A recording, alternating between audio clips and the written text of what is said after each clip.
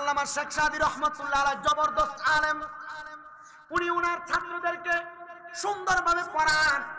একদিন শুক্রবার, একদিন শনিবার দিন ওনার একজন ছাত্র আল্লামা শেখ সাদী রহমাতুল্লাহ আলাইহির কাছে আসছেন, হুজুর আমি এই পড়াটা বুঝি না, আপনি আমারে বোঝায়া দেন। আল্লামা শেখ সাদী রহমাতুল্লাহ আলাইহি সকাল থেকে যোহরের আগ পর্যন্ত একটা বিষয় ওনার ছাত্রদেরকে বোঝায়া দিতে লাগলেন। ওই ছাত্রটা যখন যোহরের আজান দেয় চারদিক থেকে, বলে হুজুর আপনি আমারে বিদায় প্রদান করেন, আমি আর পড়তাম না। বলে পড়া শেষ বাবা, যোহরের ওয়াক্ত হয়ে গেছে, একটু খাবার নি খাইয়া যাইতে পারে, একটু বসন, আমি দেখি কি ইন্তজাম আয়োজন হয়েছে।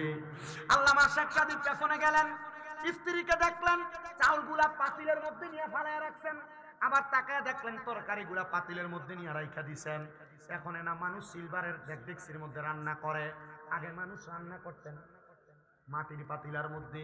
আল্লামা শেখ সাদী রহমাতুল্লাহ আলাইহি বলতেছেন, আমি দেখলাম আমার স্ত্রী ড্যাগের মধ্যে চাউলগুলা নিয়ে পানি দিয়ে রাখছেন এবং তরকারিগুলা নিয়ে পানি দিয়ে রাখছেন। আমি জিজ্ঞাসা করলাম খানা কি এখনো রেডি হয় নাই? আমার স্ত্রী বলেছেন লাকড়ির যোগান তো দেয় নাই, কেমনে আমি খাবার রেডি করব? আল্লামা শেখ সাদী বলেন, আমি ধমক দিলাম, আমার স্ত্রী আমার ধমক শুই না, কারণ লাকড়ি আমি জোগাড় করে দেই নাই।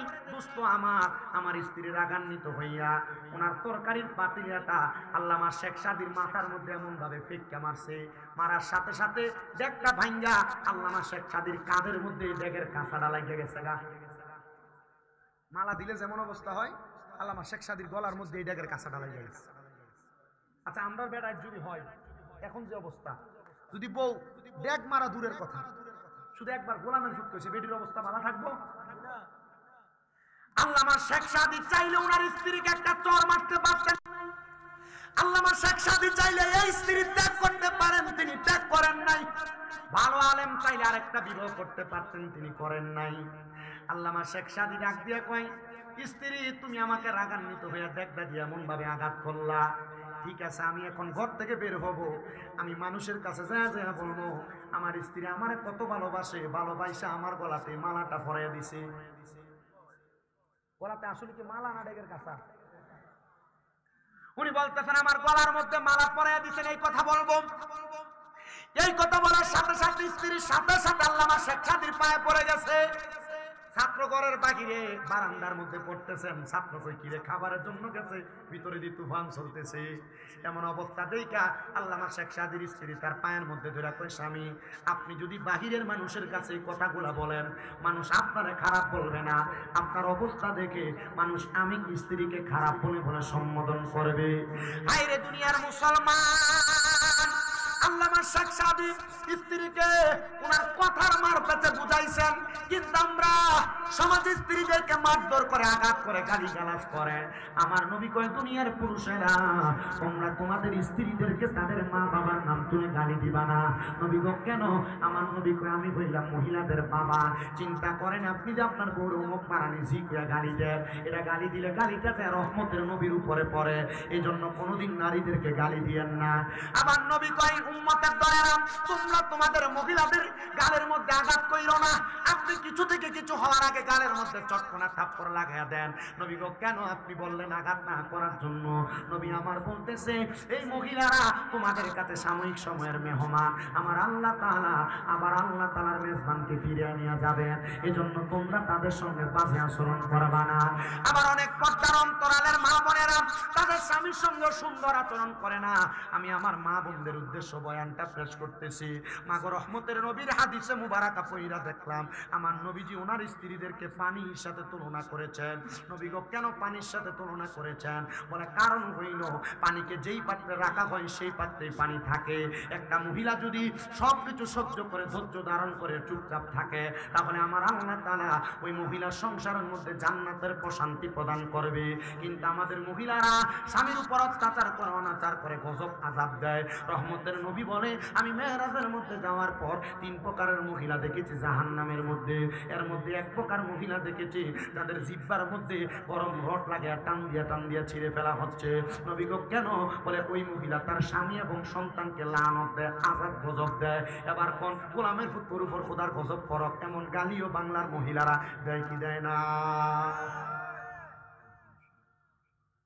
একটু মুহাব্বতে দুরূদ শরীফ আদায় করি। আল্লাহুম্মা সাল্লি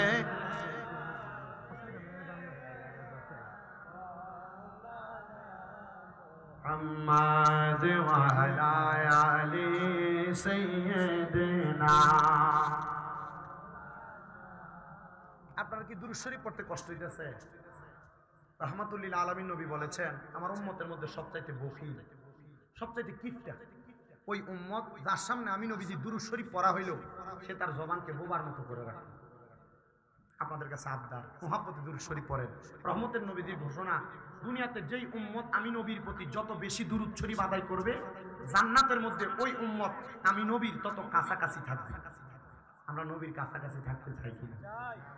আসতে বললেন আপনারা, নবীর কাছাকাছি থাকতে চাই কিনা? যেই ব্যক্তি যত বেশি দুরূদ পড়বে জান্নাতে নবীর তত কাছে থাকবে। তো মুহাব্বতে দুরূদ শরীফ পড়েন। আল্লাহুম্মা সাল্লি। হুজুর আসবে, হাজত আছে, সেটা আসবে। মুহাম্মাদ ওয়া আলা আলি।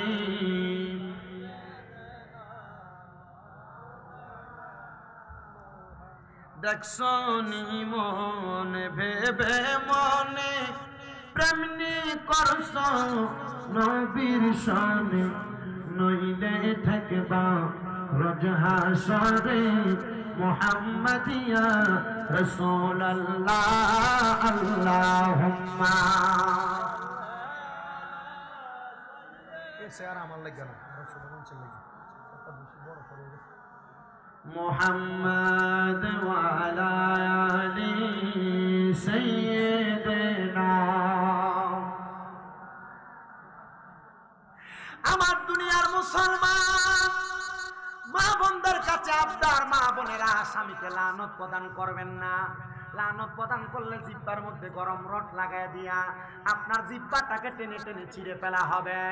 এ মুসলমান, আল্লামা শেখ সাদির স্ত্রী যখন স্বামীর কাছে মাপ চাইছে, আর আমরা বেরিয়াত মাপ চাইতো না, রাত্রবেলা অন্যদিকে ফিরা শুয়া থাকবো, মাপ চাইতাম না তার কাছে, কয়জনে রাগ কইরা বাপের বাড়ি ত্যাগ করে যাইব। কথা কোন না কেন? মাপ চাইতো না, মাপবো। অন্যদিন জামাইবো একসাথে ঘুমাইতো, যেদিন জামাইবোর ঝগড়া হইব অথবা স্বামী গায়ে হাত তুলবো ওই দিন মাঝখান দিয়ে কোলবালিশ। অন্যদিন বাচ্চা এক সাইডে, জামাইবো এক সাইডে, ওই দিন ঝগড়া হইলে বাচ্চা মাঝখানে চলে আসে। মহিলারা মনে করছেন এটা আপনার ক্যাটারি, এটা আপনার গুন্ডামি। মনে রাখো গো মা, যদি কোনো স্বামী স্ত্রী দুনিয়াতে হাজার ঝগড়া করে, রহমতের নবী কয় তোমরা নারীরা রাত্রবেলা ঘুমানোর সময় স্বামী স্ত্রীর বালিশ হবে একটা। নবী গো কেন? বলে স্বামী স্ত্রী দুইজন যখন একসাথে লাইগা লাইগা থাকবে, আমার আল্লাহ তাআলা দুনিয়ার যত খালি জায়গা আছে ওই খালি জায়গাগুলা আল্লাহ রহমত দিয়ে ভরপুর করে দেয়। জামাই বউ ঝগড়া হয় না? কম না বেশি? আপনার কি কষ্ট হইতাছে? আমি বিলাতি ওয়াজি করি, আমি কিন্তু মোটামুটি সেতিও না, এটা আপনারা বুঝেন। আমি নর্মাল ভাবে কথা কই, আমি নর্মাল ভাবে কথা কই দেখি আলহামদুলিল্লাহ আমি আরেকটা কইরা আইছি। এটা শুকরিয়া আল্লাহ তাআলার। আমি সকাল 6টা 6:30 নাগাদ আসছি কিশোরগঞ্জ থেকে। আমার খুব কষ্ট হয়, কথা যে বলি অনেক কষ্ট হয়। আমার অল্প বয়স অনুযায়ী আমার কথা বলতে কষ্ট হয়, কিন্তু আপনাদের দোয়া, আমি যে ওয়াজ করি আপনাদের এই দোয়ার বরকতে আমার 6টা মাদ্রাসা। কয়টা? আসতে বলেন দি আপনারা। কেউ সুন্নি মাদ্রাসার দরকার আছে না? কম না বেশি? সুন্নিদের মাদ্রাসা না থাকার কারণে আজকে সুন্নিদের অনেক জায়গায় অধপতন আছে। এই যে বিভিন্ন জায়গায় মাজারটি ভাঙতেছে, আপনারা সান যতলা মাজার ভাঙছে, একটা লোক মাদ্রাসা নেই। এই মিয়া, যদি মাজারটির লোকে যদি মাদ্রাসা থাকতো, মাদ্রাসায় যদি 2-4-500 ফোলাফেন থাকতো, যে ফকিন্নির ফোলারা মাজার ভাঙতে হয়েছিল, যদি আল্লাহ পাক রব্বুল আলামিনের ওই বান্দারা মাদ্রাসার 200-300 ছাত্র যদি 200-300 লাড়ি লিয়ে ধরে নিতে, ফকিন্নির ফোলার খবর থাকতো? তাহলে ওই মাজারের খাদেমরার বিরুদ্ধে আমি কেন? এই মাজারের খাদেমরা যা গরু হয়েছে, ছাগল হয়েছে, এটিআডি দিয়ে নিজের পকেট বাড়ি করছে। কথা কন না কা? ঠিক না? যদি মাদ্রাসা করতো, মাদ্রাসা যদি 4-500 পোলাপান থাকতো, এই পোলাপান যদি ধরে নিত, মাজার ভাঙার সাহস ছিল কোনো ফকিন্নির পোলার? তাহলে দুষ্টি মাজারওয়ালার না মাজারের খাদেমদার? এই খাদেমদারে প্রতিহত করেন আপনারা, আছে না? যখন মাজারটি ভাঙতেছে তখন আমি মাজার ভাঙার পক্ষে আছিলাম। হ্যাঁ হুজুর, কি মাজার ভাঙার পক্ষে? আপনারা শুননি? হ্যাঁ আমি শুননি, কিন্তু আমি ওই মাজার ভাঙার পক্ষে আছিলাম। আমি কইছি শুধু মাথাতে ভাঙতেছো, ইচ্ছা মতো ভাঙো, কিন্তু এরা যে মাথার ভাঙছে উপরে ইটটি শুধু ভাঙছে। আমি কইছিলাম তলাটা পর্যন্ত খুইরা দেখ, আল্লাহর ওলিরা যদি সত্য হয় ওই জায়গায় জিন্দা আছে। কথা কোন ঠিক কিনা? আমি এর লাগি ফক্কে আছিলাম। আর এই জন্য চাইয়া দেখেন যে মাথার আন্ডারে মাদ্রাসা আছে, কই রেজবে দরবারে মাদ্রাসা আছে না? ভাঙে না কা পাড়াই লইব কথা কয়। শাহপুর দরবার মাদ্রাসা আছে না? ভাঙে না কা? শাহ আব্দুল্লাহ গাজীপুর দরবারের পাশে মাদ্রাসা আছে না? ভাঙে না কা? বোঝা গেছে এই মাদ্রাসার খাদেমরা ব্যবসা করছে না, মাদ্রাসার লোক মাদ্রাসা কইরা সুন্নিয়তের ঘাটি দ্বারা শক্ত করছে। আপনারা আমার লাগি দোয়া করেন। আপনাদের দোয়ায় কুমিল্লা শহরের চকবাজার নূরপুর সমনিতে তাহফিজুল কোরআন ইন্টারন্যাশনাল হিফজ মাদ্রাসা, এই মাদ্রাসা সহ মহিলা মাদ্রাসা, পুরুষ মাদ্রাসা সহ মোট 6টা মাদ্রাসা। আর 6টা মাদ্রাসা 1170 জন পোলা পাইন। আর সামিন দাদা 1170 জন পোলা পাইন লইয়া কুমিল্লা বিশ্ব রোডে নামলে গোড়া হয়ে যাইব, গোড়া। আমরা পোলা পাইন লইয়া নাইম না, আমরা দেশের অরাজকতা তৈরি করি না। আমরা আহলে সুন্নাত ওয়াল জামাতের মানুষ, শান্তি প্রতিষ্ঠার মানুষ, ঠিক না? আমরা ফোলা ফাইন দিয়ে যুদ্ধ করাই না, অফলাইন দিয়ে বিখ্যাত এটা করাই হইল বাধ্য। আল্লাহ বোঝার তো বিজ্ঞ। ফোলা ফাইনের মা বাবা আমার কাছে দিল টিয়া দিয়ে ভরাইতে, আমি এই ফোলার নামাই দিছি বাধ্য। এটি কথা বাদ দাও, এটি রাজদার খুশি মুশকিল। আল্লাহ কারো সাধ্যের বাহিরে কোনো কিছু চাপাইয়া দেয় না। এরা ভিক্ষা করতে পারবো, এর লাগে আল্লাহ এরা তৌফিক দিছে, ওই জায়গায় দিছে। সুন্নি ফোলা ফাইন হাত তোনার লেগে দিছে। আমি যখন মাদ্রাসায় পড়ছি, লজিং ছিলাম, লজিং। আমি যখন ছোট কারিয়ানা মাদ্রাসায় পড়ি তখনও লজিং ছিলাম। যে ঘরে খাইতাম আমার আত্মীয় হয়, মানা করে দিছে। মানা করার পর 2 বেলা খানা খাইছি না। আমার হুজুরে আমার দিকে তাকায়, কিতারে তোর মুখটা এত হোঁড়া দেওয়া যায়। আমি বললাম হুজুর আমি যেন খাইতাম আমার না করে দিচ্ছে। কত না আত্মীয়? আমি বললাম হুজুর আত্মীয় খাওয়াইছে না। হুজুরকে অসুবিধা নাই, আমার ভাতটি অর্ধেক করে খা। তো হুজুরের ভাতে, হুজুর মুরব্বী মানুষ ছিল, ভাত একবার জাউয়ের মতো আর ডাল দিত, ডাল দিয়ে কোনো রকম খাইতো, বাড়ি বাঘ মারা। ওই হুজুরে আমারে কইছে খায়ালা আল্লাহ উত্তম ব্যবস্থা করে দিব। তখন আমি আমার চোখের পানিরই পড়ছে আর খাবারটা খাইছি। ঠিকই আসরের নামাজের সময় একটু কাইয়া কইতেছে যে হুজুর একটা ফুলা দেন না, আমার নাতিটার পড়াইতো। আল্লাহ রহমতে 3 বেলা না 4 বেলা খানা খাওয়াইছে আমার। ওই লোকটা মারা গেছে, দোয়া করবেন তার জন্য। 4 বেলা খানা খাওয়াইছে। আমি আল্লাহর কাছে কইছি, আল্লাহ এই কষ্টর পরিশ্রমের পড়ালেখা আমার এটা একবারে নির্দ্বিধায় একবার বৃথা চলে যাবে যদি আমি দুনিয়াতে কিছু না করতে পারি। আল্লাহ আপনি আমারে দিয়ে কিছু করান। আল্লাহ করাইছেন মাদ্রাসা। আমার জীবনের সবচেয়ে বড় একটা স্বপ্ন, সুন্নি একটা বড় কমপ্লেক্স আমি নিজে করতাম, যেটাতে একবারে বড় মাদ্রাসা, বড় একটা দর্শে নিজামি থাকবে, যেটাতে মহিলা শাখা থাকবে আলাদা, যেটাতে একটা বড় মসজিদ থাকবে, এমন একটা করতাম। আমার বড় স্বপ্ন, কিন্তু জানি না জীবনে ইনকাম করে করতে পারবো না। আপনারা শুধু দোয়া করবেন আল্লাহ আমার করার জন্য তৌফিক দেন। দোয়া করতেন না আপনারা? আর শামিম জানা বড় বড় কয়েকটা আলেম তৈরি হইতে এমন দরকার না? বড় আলেম থাকলে পৃথিবীর মানুষ শান্তি এবং প্রশান্তির পয়গাম কোরআন সুন্নাহর কথাগুলো শুনতে পারবে। আল্লাহ বোঝার তৌফিক দান করুন, করেন আমিন। আর মহাব্বতে কর না আমিন। তাহলে দুরূদ শরীফের আওয়াজ দেখে আসতে হইব না, জোরে মহাব্বতে দুরূদ শরীফ পড়েন। আল্লাহুম্মা সাল্লি আলা, মুখ লাগাইলে জোরে হয় আওয়াজ, দূরে থাকলে আওয়াজ মুহাম্মাদ ওয়া আলা আলিহি।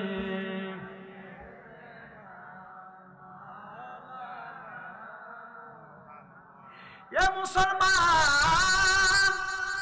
স্ত্রীরা ঘরের মধ্যে এমন অত্যাচার অনাচার করে, ঝগড়া করলে রাত্রবেলা বিছানা আলাদা করে ফেলে। আমি সেই কথার মধ্যে আপনাদের কাছে বয়ানটা করতেছিলাম।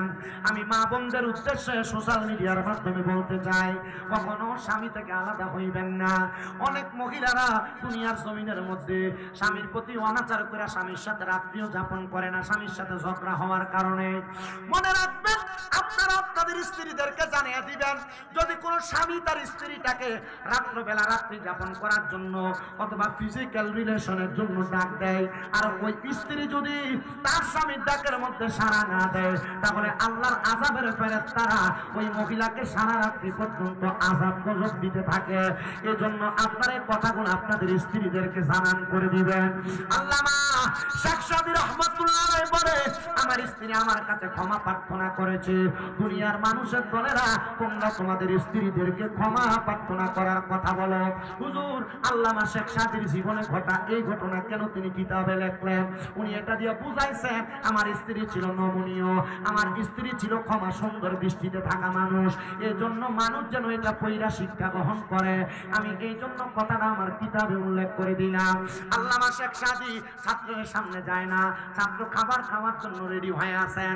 উনি বলেন আমি পেছনের দরজা দিয়ে জঙ্গলার মধ্যে যাইয়া লাকড়ি কুড়ানোর জন্য যখন প্রবেশ করলাম, আমি লাকড়ি নেওয়ার জন্য গাছের আগার মধ্যে উঠছি, লাকড়ি ভাঙতে ভাঙতে লাকড়ি নিচে ফালাইলাম। এমন টাইমে একটা ভাগ আইসা আল্লামা শেখ সাদিকে খাওয়ার জন্য নিচে দাঁড়ায় আছে। ওই ভাগটা আড়ালে লুকানো। আল্লামা শেখ সাদি নিচের দিকে তাকায় বলতেছে এত লাকড়ি জোগাড় করলাম, কিন্তু আমি একার পক্ষে লাকড়িগুলা বাড়িতে নেওয়া সম্ভব না। আল্লামা শেখ সাদি এই চিন্তা কইরা উনি ভাগটাকে দেখে মনে মনে সাহস পাইলেন, না না একা নিব না, বাঘের পিঠটার মধ্যে চড়াইয়া চড়াইয়া লাকড়িটা বাড়িতে নিব। আপনারা বলেন এই ভাগকে কন্ট্রোল করার ক্ষমতা আল্লাহর ওলিদেরকে দিয়েছেন একজন, তিনি কে? আল্লামা শেখ সাদি নাইমা ভাগরে ডাক, সামনে আসেন, লাকড়িগুলা বুঝাই করে নিয়ে যায়। লাকড়িগুলা বুঝাই করছেন, বুঝাই করে বাড়িতে নিয়ে লাকড়িগুলা পেছনে রাইখা সামনে আসছেন, ছাত্রের সঙ্গে কথা বলবেন। ছাত্র উস্তাদের এমন কর্মকাণ্ড দেখে বড় অবাক হয়ে গেছে, কি রে ভাগ কন্ট্রোল করে ফেলে এমন একজন উস্তাদ আমার, আল্লাহ পাকের বন্ধু। এবার উস্তাদ সামনে আসার সাথে সাথে ছেলে ডাক দিয়ে কই হুজুর আপনি এত বড় আলেম মানুষ, আপনি একটা বাঘরে কন্ট্রোল করতে পারলেন, বউটারে কন্ট্রোল করতে পারলেন না। উস্তাদ কই কি রে ছাত্রী কি আমার সব যা হইছে সব শুনছে? হ্যাঁ শুনছে। হুজুর আপনি ভাগকে কন্ট্রোল করে বাঘের পিঠের মধ্যে কইরা আপনি এত সুন্দর করে করে আপনি আপনার লাকড়িগুলা নিয়ে গেলেন, হুজুর বাড়ির মধ্যে আপনার একটা বউ বেডি মানুষ এটারে কন্ট্রোল করতে পারলেন না। আল্লামা শেখ সাদি কয় না না তুমি মনে কষ্ট নিও না, তবে সাবধানে এই কথা পর মানুষের কাছে বলবা না। ওই ছাত্র ডাক দিয়ে কয় হুজুর আপনার এলেমের জোর আছে, আপনার এলেমের পাওয়ার আছে, আপনি চাইলে তো আরেকটা বিবাহ করতে পারেন, আপনি চাইলে তো আরেকটা স্ত্রী গ্রহণ করতে পারেন। আল্লামা শেখ সাদি জবাব দেয় 3 শয়তান ফালতে পারি না, তুমি আবার আরো 2 শয়তানের দায়িত্ব নিতে বলো, কারণটা কি? ছাত্র থ হয়ে গেলেন, হুজুর কি বলেন 3 শয়তান পালতে পারেন না, আবার 2 সন্তানের দায়িত্ব নেবেন, মানে 5 শয়তান, হুজুর এটার কারণটা কি বলেন না? বলে শোনো আল্লাহ তার একজন পুরুষকে ধোঁকা দেওয়ার জন্য একটা শয়তান তার সাথে দিছে, কিন্তু একজন নারীকে ধোঁকা দেওয়ার জন্য 2টা শয়তান নারীর সাথে নিযুক্ত করেছেন। এখন যদি আমি আরেকটা বিবাহ করি তাহলে আমার ওই স্ত্রীর সাথে তো আরো 2টা শয়তান নিযুক্ত হবে, পরের একটারই কন্ট্রোল করতে পারতেছি না, তাহলে আরেকটা স্ত্রী গ্রহণ কইরা আমি কেমনে কন্ট্রোল করব, তুমি আমারে বলো না। বলে হুজুর না না না, তাহলে লাগবে না লাগবে না হুজুর এখানেই যথেষ্ট। আলহামদুলিল্লাহ। মনে রাখবেন স্ত্রী মানুষ এদেরকে আল্লাহ তাআলা আদম আলাইহিস সালাতু ওয়াস সালামের বাম পাজরের বাঁকা হাত দিয়ে তৈরি করেছে। আপনি যদি সোজা বলেন এরা বাঁকা বসবে, আপনি বাঁকা বললে এরা সোজা বলবে। এজন্য আপনি যতটুকু সম্ভব আপনার স্ত্রীকে সুন্দর সুন্দর শব্দ দ্বারা সমর্থন করে বোঝানোর চেষ্টা করবেন, কখনো আপনার সংসারের মধ্যে অশান্তি হবে না। কারণ রহমতের নবীর ঘোষণা, একজন স্ত্রী যদি কুফুমিলা যদি সংসারে সুন্দরভাবে চলাফেরা করে তাহলে সংসারটা সুন্দর জান্নাতের বাগান হয়, কিন্তু স্ত্রী যদি সংসারের মধ্যে কুফু না মিলে আসে, অশান্তি তৈরি করে, তাহলে দেখবা ওই সংসারটা জাহান্নামের চাইতে নিকৃষ্ট হয়ে গেছে। বলে হুজুর কেন? হ্যাঁ রে মুসলমান শুইনা রাখো, ঘরের বউ যদি বালা হয় সংসার জান্নাতের মতো আরাম, কিন্তু ঘরের বউ যদি অশান্তি করে এর চাইতে বড় অশান্তি আর বাংলাদেশে না। এটার 1 নাম্বার কারণ যৌতুক। ঠিক আইতো না একটার মুখে দিও, কারণ চিন্তা করে আমার পুত্রের যৌতুক লইয়ার পরে বিদেশ সারা, চিন্তা করে আমার পুত্রের বিয়া করার মতো যৌতুকটা লইয়া এরপর একটা মিশুক কিনা দিমু, বলা মাশাআল্লাহ সুন্দর চলবে। চিন্তা করে আমার ফুলারে বিয়া করাইয়া একটা মোটরসাইকেল লইয়া দিব, তখন আর আপনি আপনার পুত্রের বিয়া করান না, বিয়া দেন।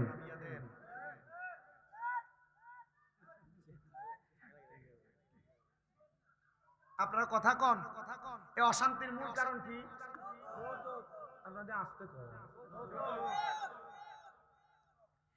এই অশান্তির মূল কারণ হলো যৌতুক। রহমতের নবী বলেন যেই বিবাহ যত সহজ ওই পরিবারে শান্তি তত সহজ। রহমতের নবী গো কেন?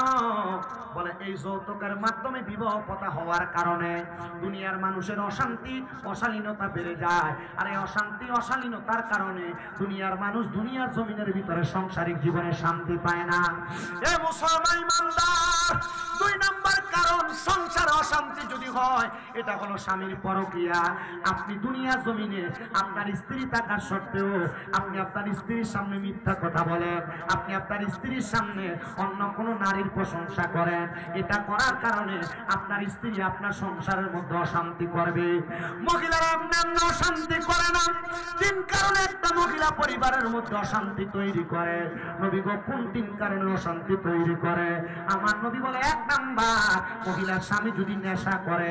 অনেক বেড়া মানুষ সিগারেট খেয়ে বাড়িতে যায়, তখন স্ত্রী তার সঙ্গে সুন্দর ব্যবহার করে না, কারণ তার মুখের মধ্যে থেকে দুর্গন্ধ বউয়ের চাইতে বেশি।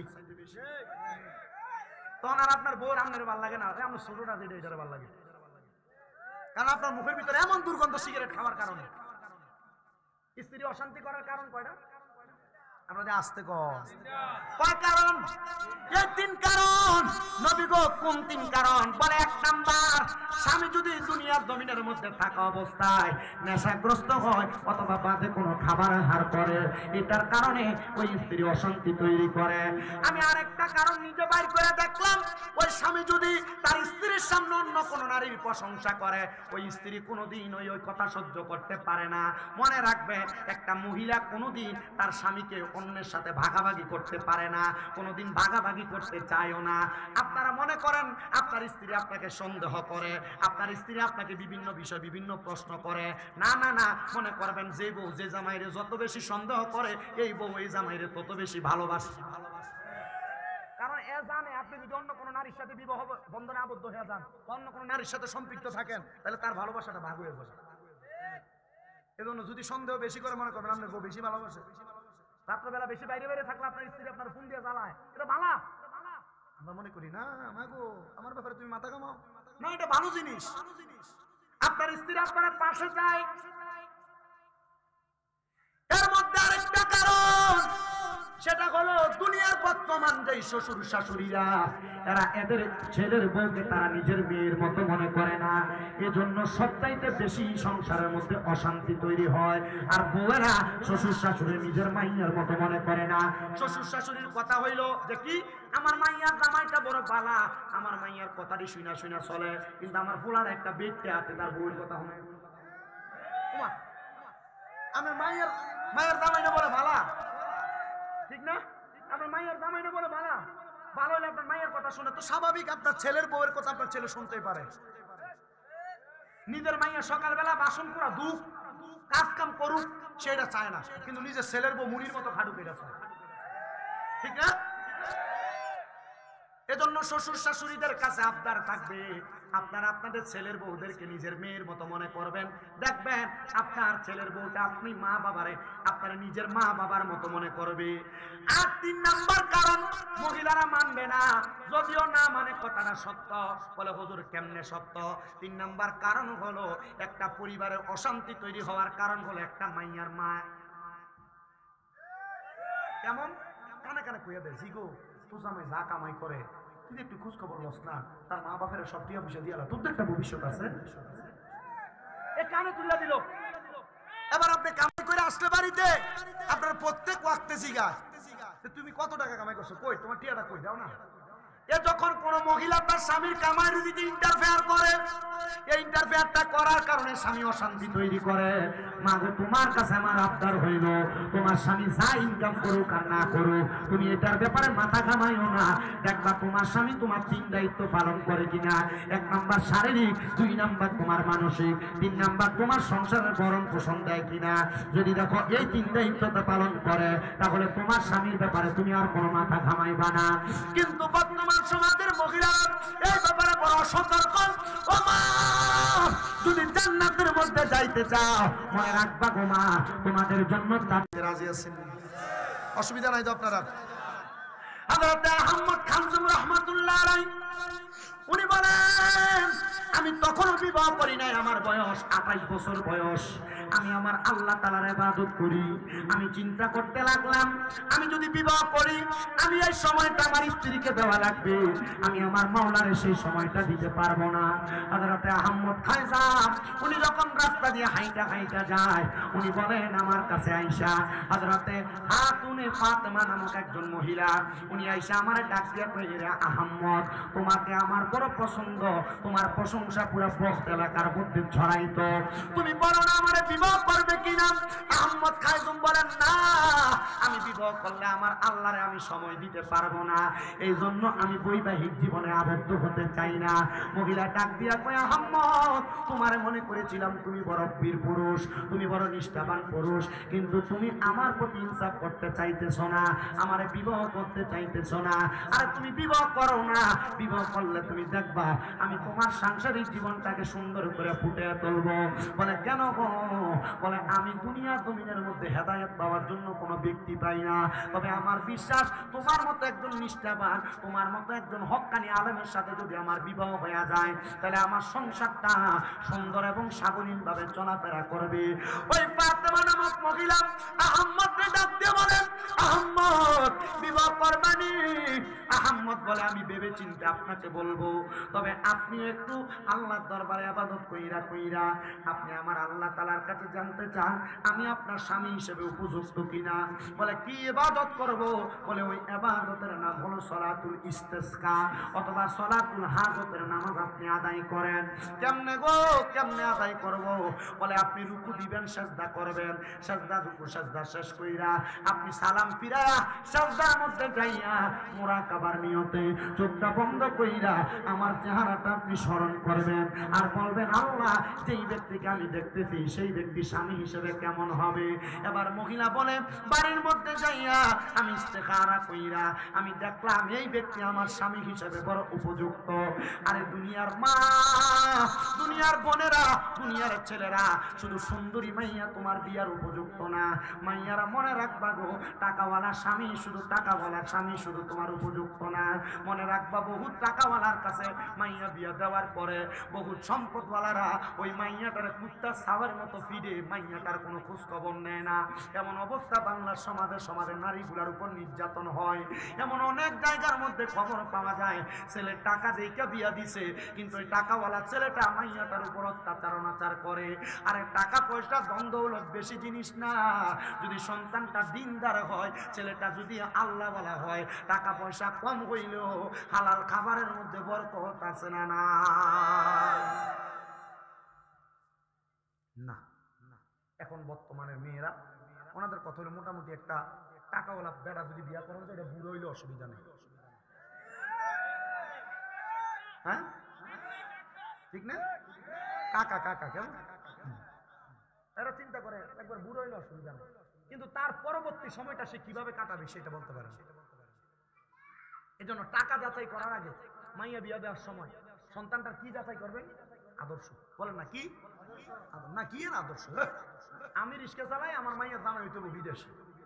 আমি সাধনদারি করি, আমার মাইয়ার দামে হইতে হবে লন্ডনী, ইতালি প্রবাসী। ঠিক না?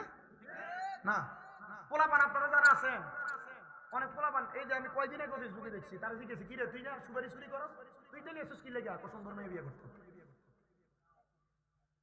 না, প্রবাসী হন, দেশের মানুষ হন, যেই কাজই করেন সুন্দর দেখে বিয়ে করবে। বলে হুজুর সুন্দর বউ তো সবাই চায়, তবে সুন্দর দেখার পরে আর তিনটা জিনিস চাই। কি জিনিস? তিনটা জিনিস চাই রসুলে পাক শিখিয়ে দিতেছে। এক নাম্বার, ওই মেয়েটার মা তার শ্বশুর শাশুড়ির সঙ্গে কোন খাসিয়তে কোন আচরণে চলছে সেই খবর নাও। দুই নাম্বার, ওই মেয়েটা কতটুক দিনদার সেই জিনিসটা তাকাও। তিন নাম্বার, ওই মেয়েটা তার নিজের ইজ্জত রক্ষার্থে তাকে কতটুক বিলিয়ে দিতে পারে সেটা রক্ষা করে, সেটা একটু যাচাই করে, তখন তো মাশাআল্লাহ। কিন্তু আপনার পছন্দ কোনটা? যেটা মাশাআল্লাহ চুল্লি ছাইড়া দিয়া রাস্তার ভিতরে কোমরটা ঢুলানি দিয়া রাস্তা হাঁটতে পারবো, না না, এমন একটা মাইয়া যদি হইতো তাহলে আমার বিয়াটা করে একবার সফল। ঠিক না? তার বেটা তোমার এই বউ বিয়া করছো ঠিক, সুন্দর ঠিক, কিন্তু এটা তোমার লাগে হাসতো না। তুমি বাড়িতে যাইবা, দেখবা বেডি সারাদিন যে মাছ কুটছে, গায়ের ভিতর মাছের গন্ধ। কিন্তু যদি দিনদার স্ত্রী হয়, দিনদার স্ত্রী সারাদিন কাজ করার পর স্বামী আসার 5 মিনিট আগে হইলো নিজেকে পরিপূর্ণ রেডি করে রাখবে। এই জন্য বিবাহের ক্ষেত্রে সুন্দরের চাইতে দিনদার যাচাই করবেন। আল্লাহ বুঝার তৌফিক দান করুন। আর সোশ্যাল মিডিয়ার মাধ্যমে যে মহিলারা মাইয়ারা শুনবা, তোমার কাছে আবদার ফোলা পাইনি এমনি দেখতে যেটা সুন্দর একবারে পুরা দূরে চলাফেরা করে, এটা শুধু রাস্তার ভিতরে দেখা কি সুন্দর, এটা কনের লেগে ঠিক আছে, এটা ফোলা পাইনের লেগে প্রেমের লেগে ঠিক আছে, কিন্তু বিয়া করার সময় ফোলা যাচাই করে মাইয়া কোরআন শরীফ পড়ে কি পড়ে। বিয়া করার সময় ফোলা পাইন যাচাই করে।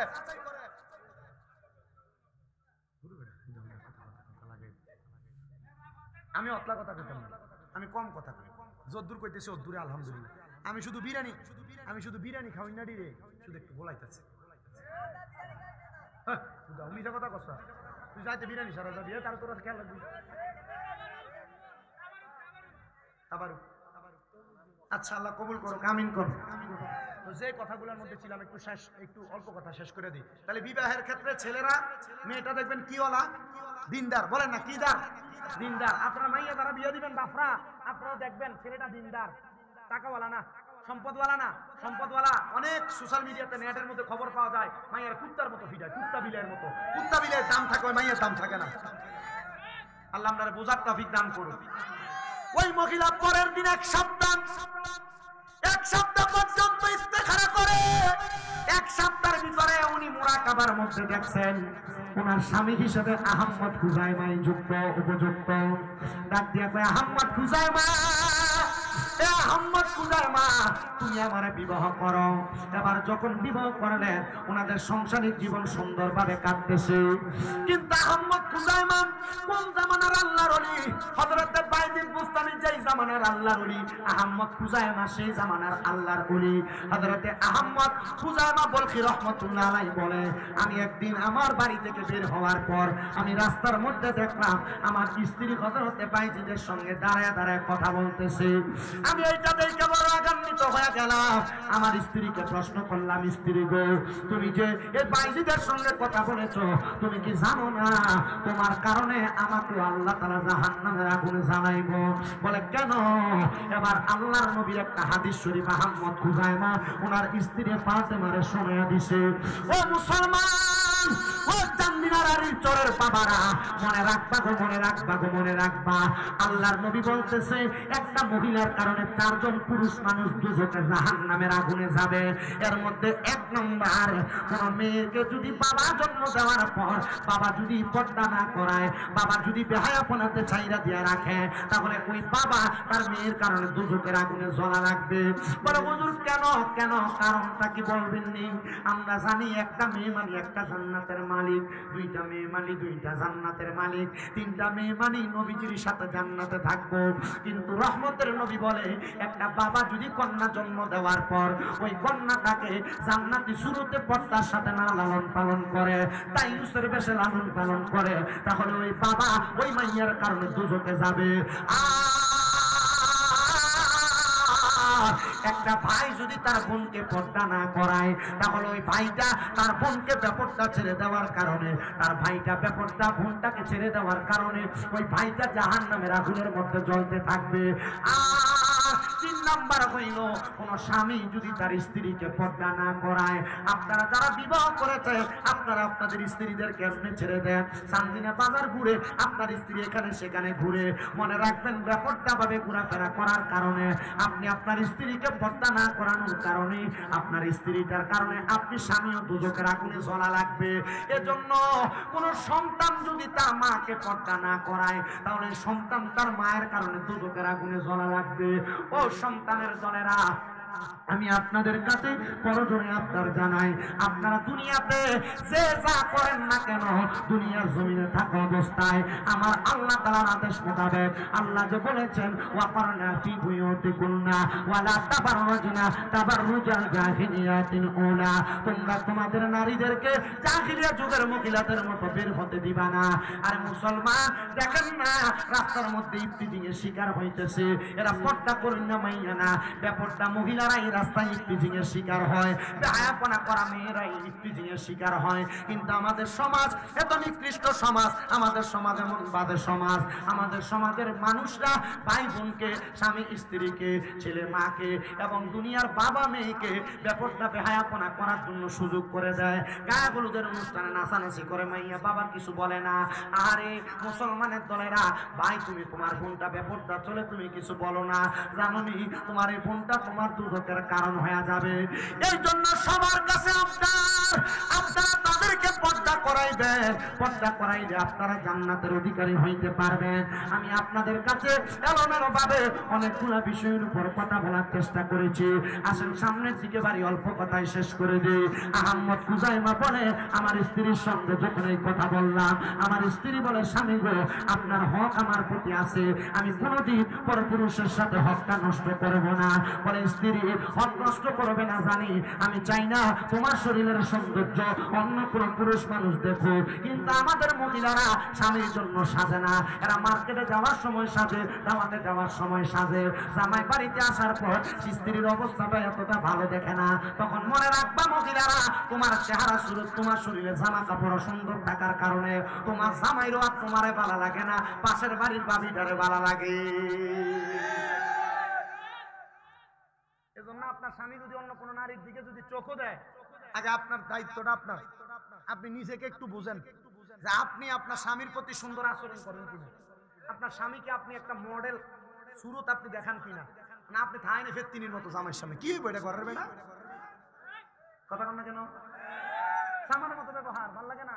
এক গ্লাস পানি যদি খুঁজে দেয় না, কিন্তু বাবির দরজার ভিতরে যায়, ভাবি একটু পানি দেন না, বেরি লেবু শরবত চিপ পেন না দেয়, তখন বেড়ে বেটার ভাল লাগে কারে, বাবিটারে কথা কয় না কেন। আল্লাহ আমাদেরকে বোঝার তৌফিক দান করুন, জোরে জোরে কোন আমিন। হযরত আহমদ খুজাইমা বলেন, ফাতেমা, এ ফাতেমা তুমি এমন ভাবে থাকবা যেন তোমার গর্ভ থেকে একটা নেক সন্তান দুনিয়াতে জন্মগ্রহণ করে। আর ওই নেক সন্তান আমি স্বামীর জন্য প্রাণ করে দোয়া করে। এবার বলেন নেক সন্তানের দোয়ায় আমার আল্লাহ তাআলা একজন আব্বা আম্মার কবরের আযাব মাফ করতে পারে কি পারে না। আমি শেষের দিকে যাচ্ছি রে বাবারা, তাই হিসাবে আপনাদের কাছে বয়ান করছি 9টা 45 পর্যন্ত, 45 থেকে এখন 11টা 11 বাজে। আমি চেষ্টা করতেছি 10টা 45-এর পরে এখন যে সময় মাশাআল্লাহ 1.5 ঘন্টার কাছাকাছি সময় সাজিয়ে নিলে যায় যে আবার কোনো আছে এখন মোটামুটি যায় যাব না, তুই বড় বিলাতি না বলে জিকির তো কইরাম আমি কি আপনি দেখলাম নাকি আপনারা আছেন না, জিকির আজকাল কইরা এরপরে বিদায় দোয়া মোনাজাত করে বিদায়। হুজুর আমার বলছে 10-এর ভিতরে আইবো, হুজুর হয়তো হাজত ছাড়তেছে, হুজুর আইয়া আপনার দোয়া দূর করে আসলে ইনশাআল্লাহ শেষ। কি কোন আপনারা নাডি মাথা নেড়ি একটু মোহাব্বতে কোন আলহামদুলিল্লাহ। শেষ সময় আমি বয়ানটা করি বাবা। আহমদ খুজাইমা বলেন, আমার স্ত্রীর গর্ভ থেকে একটা সন্তান আগমন করেছে। আমি আমার স্ত্রীকে ওয়াদা করাইলাম, 2টা স্ত্রী গো আমার সন্তানটারে তুমি এমন ভাবে লালন পালন করবা, আমার স্ত্রী যেন দুনিয়ার জমিনের মধ্যে থাকা অবস্থায় আমার সন্তান যেন দুনিয়াতে আল্লাহ তাআলার ইবাদত করে এবং দুনিয়ার জমিনে থাইকা আল্লাহ তাআলার কোরআনুল কারীম হেফজ করে, মানে হেফজুল কোরআন, কোরআনুল কারীমের হাফেজ হয়। কয়টা ওয়াদা করাইছি। ওই স্ত্রী ডাক দিয়া কয়, আমার স্বামী যেদিন রাত্রবেলা সন্তান জন্মগ্রহণ করে, সন্তান কুলে নিয়া আমার হাতের মধ্যে ধইরা আমার স্বামী বলেছে আমি যেন আমার সন্তানটাকে 2টা কাজ করাই। 1 নাম্বার আল্লাহর ইবাদতকারী বান্দা, 2 নাম্বার আল্লাহ তাআলার কোরআনুল কারীমের হাফেজ। আমার স্বামীকে এই কথা বইলা রাত্রবেলা ওনার ঘরের মধ্যে চলে গেছে। আমার স্বামী রাত্রবেলা ইবাদত করে করে সময় কাটাইতো। হয়তো আপনারা সবাই জানেন যারা বিবাহ করেছেন, স্ত্রীর গর্ভ থেকে সন্তান জন্ম নেওয়ার পরে একটানা 40 দিন পর্যন্ত স্ত্রীর সঙ্গে মেলামেশা করা যায় না। এটা আল্লাহর হাবিব এবং আল্লাহর কোরআনের আইনের আদেশ। ও বন্ধু, উনি বলেন সন্তান জন্ম নেওয়ার পর আমি চিন্তা করলাম আমার খানকার মধ্যে আলাদা ইবাদত খানার মধ্যে আমি আল্লাহ তাআলার ইবাদত করে করে সময় কাটাবো। উনি ডাক দিয়া কয়, আমার স্বামী ইবাদত করার জন্য গেছেন। আমার স্বামী 1 দিন 2 দিন 3 দিন 4 দিন 5 দিন কিন্তু ইবাদত খানা থেকে বের হন না। আমি আবার এবার আমার স্বামীর তালাশে আমি আমার নিজের ভাইকে পাঠাইলাম। ফাতেমা খানজুম বলতেছে আমার স্বামী আহমদ খানজুম উনি ওনার ঘরের মধ্যে নামাজের সেজদার মধ্যে পড়েছিলেন, কিন্তু জীবিত না। আমার স্বামী কখন মারা গেছে এটার সময়ও আমরা বলতে পারি নাই। আমার স্বামী ইন্তেকাল করার পরে আমার সন্তানের বয়স যখন এক এক করে 8 বছর 9 বছর হয়ে গেছে, আমার সন্তান আল্লাহ তাআলার কোরআনুল কারীম মুখস্থ করেছে। আমি আমার সন্তানকে বললাম, ও বাবা, তোমার আব্বা জানের বড় স্বপ্ন ছিল তুমি সন্তান আল্লাহ তাআলার কোরআন মুখস্থ করবা, আল্লাহ তাআলার কোরআন পড়বা।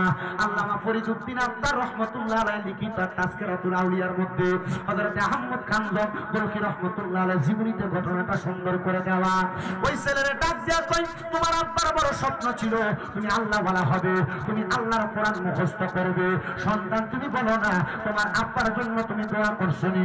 সন্তান কয়, মা আমি এতদিন পর্যন্ত কোরআন শিক্ষা গ্রহণ করার জন্য যতটা মুশকিল আয়াত তেলাওয়াত করেছি কোরআনুল কারীমের প্রথম থেকে শেষ পর্যন্ত আমি আমার আল্লাহর কাছে সওয়াব সালে সওয়াব করেছি। আল্লাহ আমার প্রত্যেকটা তেলাওয়াতের সওয়াব আমার আব্বার কবরের মধ্যে তুমি পৌঁছায়া দাও। মা জননী চোখের পানি ফালায়া ফালায়া কান্দে, আল্লাহ আমার স্বামী দুনিয়া থেকে ইন্তেকাল করে কবরের বাসিন্দা হয়ে গেছে, আমার স্বামী কবরের মধ্যে কেমন আছে আমি জানি না।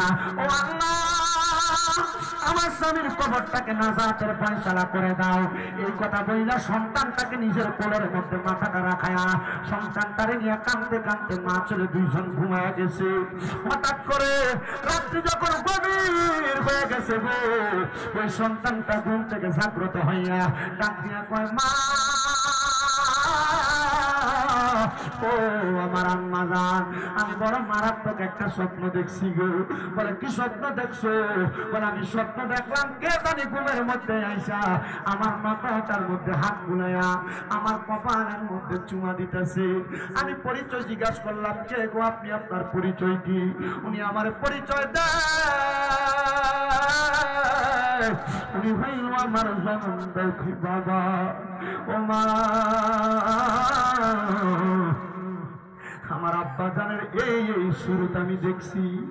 মা ডাক দিয়া কয়, আল্লাহ এই সন্তান যাকে দেখছে এই সন্তান তো সত্য স্বপ্ন দেখছে গো। আল্লাহ সন্তানের দোয়ার বরকতে তুমি তার আব্বার কবরের আযাব মাফ করে দিছো, তুমি তার আব্বাটার জান্নাতি বাবা হিসেবে কবুল করেছো। এ চান্দিনার আলীর চরের ঈদগাহ ময়দানে মহান পাক বান্দাগণ আলাইহিমুস সালাম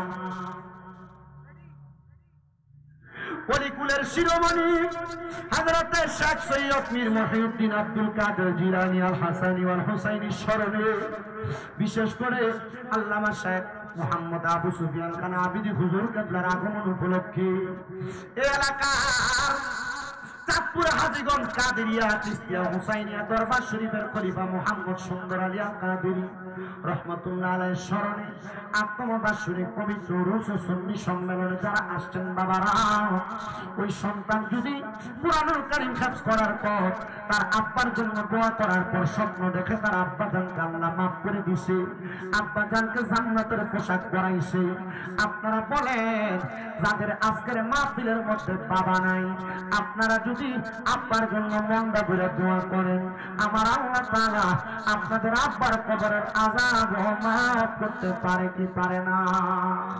হায়রে কত সন্তান তাদের আব্বারে মাটির কবরের মধ্যে শোয়া দিয়ে আসছে। বিদেশে বাবা থাকলে মোবাইলে ভিডিও কলে কথা বলা যায়, কিন্তু আব্বা ঢাকা শহরে থাকলে মোবাইলে ভিডিও কলে কথা বলা যায়, কিন্তু বাবারে 3.5 হাত মাটির কবরে পুকুর পাড়ে বাঁশপুরার নিচে শোয়া দিছ। আব্বা জান কেমন আছে সন্তান তুমি জানো না? হায়রে ওই আব্বার লগে তো মোবাইলে কথা বলা যায় না, কেমনে রে তোমার আব্বা জান তার কবরে যে শুয়ে রয়েছে, তোমার কি মনটা চায় না আব্বা জানকে একটু আদর যত্ন করার জন্য? আব্বা জান জুতা পড়তে পড়তে পায়ের গোড়ালিটা মাটির সাথে লাগতো, কিন্তু আব্বা নিজে নতুন কোন জুতা কিনছে না। তুমি ফুতেরে আব্বা যান নতুন জুতা কিনা দিছে, তুমি রাত্রবেলা নতুন জুতাটা পইরা খাটের মধ্যে দৌড়াদৌড়ি করছো। আইরে ঈদের দিনে আব্বা জানে নতুন কোন জামা কাপড় পরে না, তুমি সন্তানদের নতুন জামা কাপড় পরাইছে।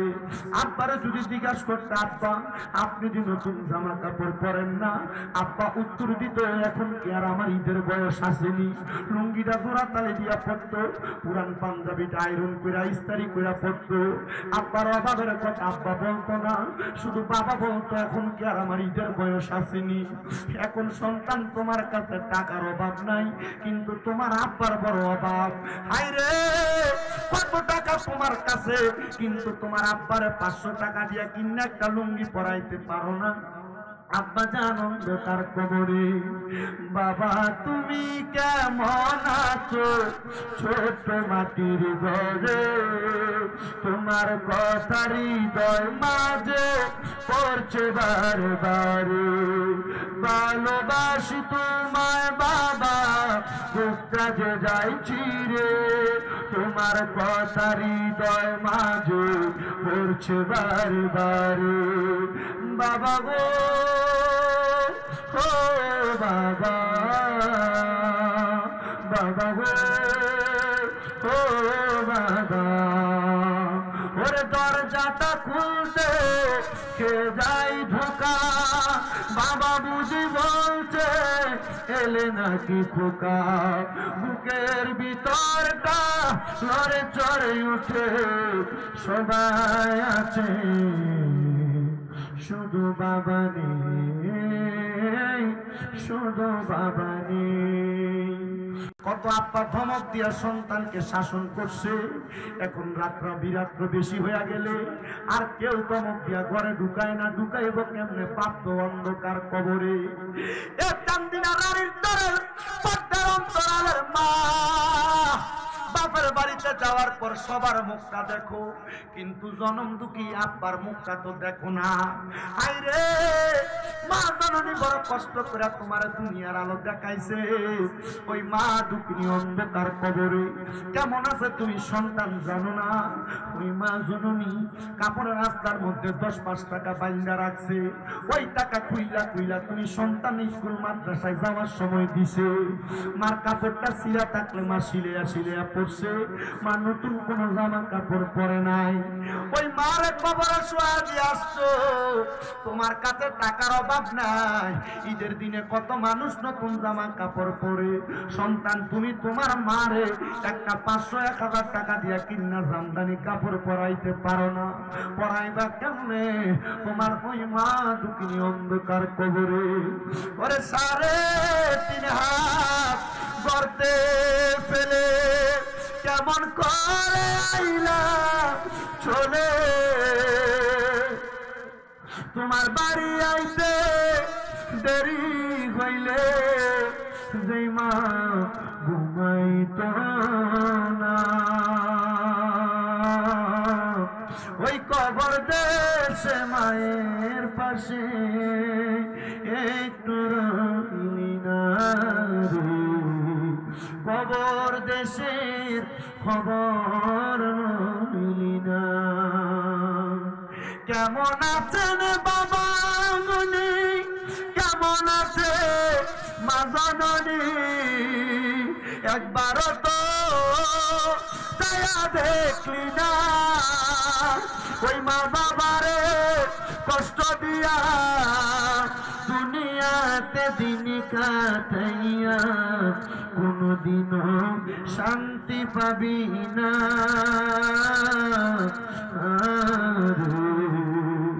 খবর দেশে খবর লইলি না। হায়রে কত সন্তান বউ কথায় কথায় বলছে তোমার আরো 2-3 ভাই আছে, তুমি কেন মা বাপরে একা ভাত খাওয়াও? এই কথা শুই না মা বাপরে জুদা কইরা দিছে, মা বাপরে আলাদা কইরা দিছে। মা বাপ সকালে এক ঘরে ভাত খায়, রাত্রে এক ঘরে ভাত খায়, দুপুরে আরেক ঘরে ভাত খায়। কেউ যদি এই কথা শুই না মা বাপরে জুদা কইরা দিয়া থাকো, মা বাপরে আলাদা কইরা দিয়া থাকো, দে সন্তান তোর পাও আমার সামনে দে, আমি স্বামী রাজা জিব্বা লাগে তোর পাও পরিষ্কার কইরা দিমু। তবু আদা করবি হুজুর এখান থেকে বাড়িতে যাওয়ার পর মা বাবার পা ধরে ধরে মাপ চাইবি। বলে হুজুর মাপ চামু দূরের কথা, আমি 2 ঈদে মা বাবার পা ছুঁয়ে সালামি করি না। না রে সন্তান না, আম্মা আব্বার পায়ে ধরলে সন্তানের দাম কমে না, ইজ্জত কমে না।